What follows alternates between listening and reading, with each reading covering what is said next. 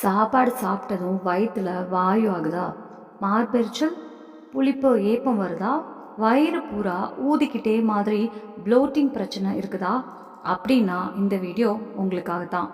நாம் சாப்பாடு சாப்பிட்டதுக்கப்புறம் வயிற்றுல கேஸ் உருவாகுது, அமிலத்தன்மை அதிகமாகுது, வயிற்று எரிச்சல் வருது, புளிப்பு ஏப்பம் வருது, இன்டைஜஷன் ஆகுது, வயிறு பிடிச்சி ஊதி கிடக்குது. இப்படி டைஜஸ்டிவ் பிரச்சனைகள் ரொம்ப காமனாக இப்போ எல்லார்கிட்டையும் பார்க்குறோம். இந்த மாதிரி பிரச்சனை வந்தால் நாம் என்ன பண்ணுறோம்? உடனே கேஸ், அமிலத்தன்மைக்கான இன்ஸ்டன்ட் மருந்துகள் எடுத்து குடிச்சிடுறோம். அந்த நேரத்துக்கு மட்டும் ரிலீஃப் கிடைக்கும். ஆனால் அடிப்படை பிரச்சனை அப்படியே இருக்கும். சில சமயம் இது இன்னும் ஆழமாகி இன்னும் மோசமாகவும் போகலாம்.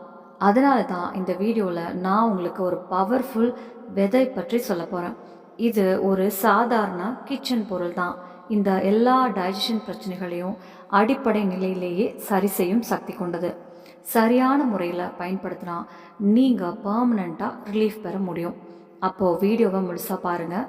இது என்ன ஹோம் ரெமெடி, எப்படி பயன்படுத்தணும், எவ்வளவு டோஸ் எடுத்துக்கணும், எல்லாத்தையும் கிளியராக சொல்ல போகிறேன். நான் இப்போ சொல்ல போகிற அந்த விதை நம்ம எல்லாரோட கிச்சனில் ரெடியாக கிடைக்கும். பல வகை டிஷ்ஷில் நாம் இதை போடுவோம்.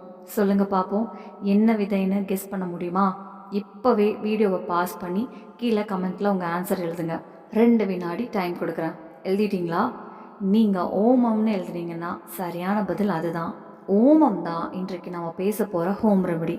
டைஜஷன் சம்மந்தப்பட்ட எல்லா பிரச்சனைகளுக்கும் ஓமம் ஒரு சூப்பர் நிச்சயமான உதவி.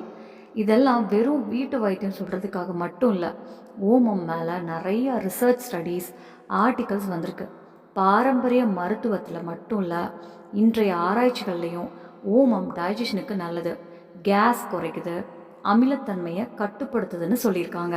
அதே மாதிரி நிறைய மக்கள் இதை தினசரி பயன்படுத்தி நல்ல பயனடைஞ்சதையும் அனுபவமாக சொல்லியிருக்காங்க. ஓமத்தில் தைமால்னு சொல்லப்படும் ஒரு முக்கியமான காம்பவுண்ட் இருக்குது. இது நம்ம வயிற்றில் இருக்கிற கேஸ்ட்ரிக் ஜூஸ் செக்ரேஷனை அதிகப்படுத்தும். அதாவது சாப்பாட்டை ஜீரணிக்க உதவும், சாறு அதிகமாக சுரக்க உதவும். அதனால் டைஜஷன் ஸ்ட்ராங் ஆகும். அதுக்கப்புறம் ஓமம் வயிற்றுக்குள்ளே உருவாகும் கேஸை குறைக்கும், வயிறு ஊதிக்கிறதையும் கட்டுப்படுத்தும். அமிலத்தன்மை பிரச்சனைக்கும் நல்ல ரிலீஃப் தரும். ஓமத்தை பயன்படுத்த 2 வழி இருக்குங்க. முதல் வழி ஓமம் பவுடர், 2வது ஓமம் தண்ணீர். ஓமம் பவுடர் எப்படி தயாரிக்கணும்? ஒரு நான்ஸ்டிக் தவாவில் ஓமத்தை லேசாக வறுக்கணும். லைட் ஃப்ளேமில் வறுக்கணும். நல்ல வாசனை வர ஆரம்பித்தா உடனே இறக்கணும். குளிர்ந்ததும் மிக்சியில் போட்டு நன்றாக பொடிச்செடுக்கணும். இந்த பவுடரை ஏர்டைட் டப்பாவில் சேமித்து வைக்கலாம். இதிலிருந்து 1/2 டீஸ்பூன் தினமும் 2 தடவை எடுத்துக்கணும்.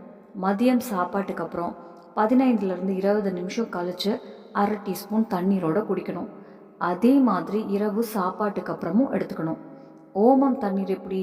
1 கிளாஸ் தண்ணீரில் 2 டீஸ்பூன் ஓமம் சேர்த்து நன்றாக கொதிக்க வைக்கணும். 3 அல்லது 4 கொதி வந்ததும் வடிகட்டி சுடு சுடு இல்லாமல் லேசாக சூடாக இருக்கும்போது சாப்பாட்டுக்கு அப்புறம் 15லேருந்து 20 நிமிஷம் கழித்து தினமும் 2 தடவை குடிக்கணும். ஓமம் டைஜஸ்டிவ் பிரச்சனைகளுக்கு ரொம்ப நல்ல ஹோம் ரெமெடி. சாதாரண அளவில் எடுத்துக்கிட்டே இருந்தால் சைடு எஃபெக்ட் எதுவுமே இருக்காது. ஓமம் எடுத்துக்கிறத பற்றி இன்னொரு முக்கியமான விஷயம், ஓமத்தை நீங்கள் 12 மாதம் வரைக்கும் தொடர்ந்து பயன்படுத்தலாம். குளிர்காலமாக இருந்தாலும் சரி, கோடை காலமாக இருந்தாலும் சரி, 2லேயுமே பயன்படுத்தலாம்.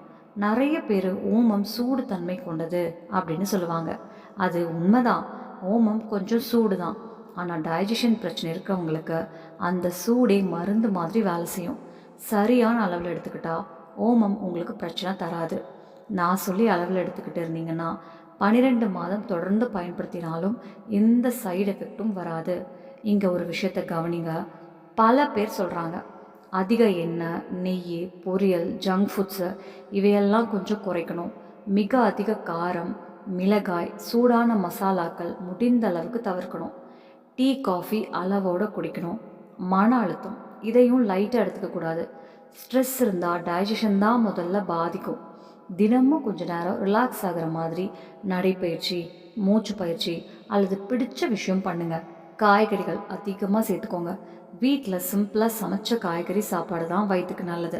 இந்த சின்ன சின்ன மாற்றங்களை நீங்கள் தொடர்ச்சியாக பண்ணீங்கன்னா ஓமம் உங்கள் டைஜஷனை மட்டும் இல்லை, வயிறு, லிவர் ரெண்டையுமே ஸ்ட்ராங்காக வைக்க உதவும். இந்த வீடியோ உங்களுக்கு பயனுள்ளதாக இருந்தால் ஒரு லைக் போடுங்க. சேனலை புதுசாக வந்திருக்கீங்கன்னா டெய்லி ஆன் சேனலை சப்ஸ்கிரைப் பண்ணிக்கோங்க. உங்கள் அனுபவத்தையும் கமெண்டில் பகிர்ந்துக்கோங்க.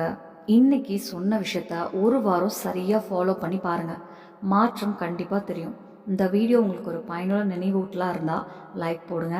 இன்னும் இப்படிப்பட்ட சிம்பிள் ஹெல்த் டிப்ஸ் வேணும்னா டெய்லி ஆன் சேனலை சப்ஸ்கிரைப் பண்ணிக்கோங்க. அடுத்த வீடியோவில் இன்னொரு முக்கியமான விஷயத்தோடு சந்திப்போம். நன்றி.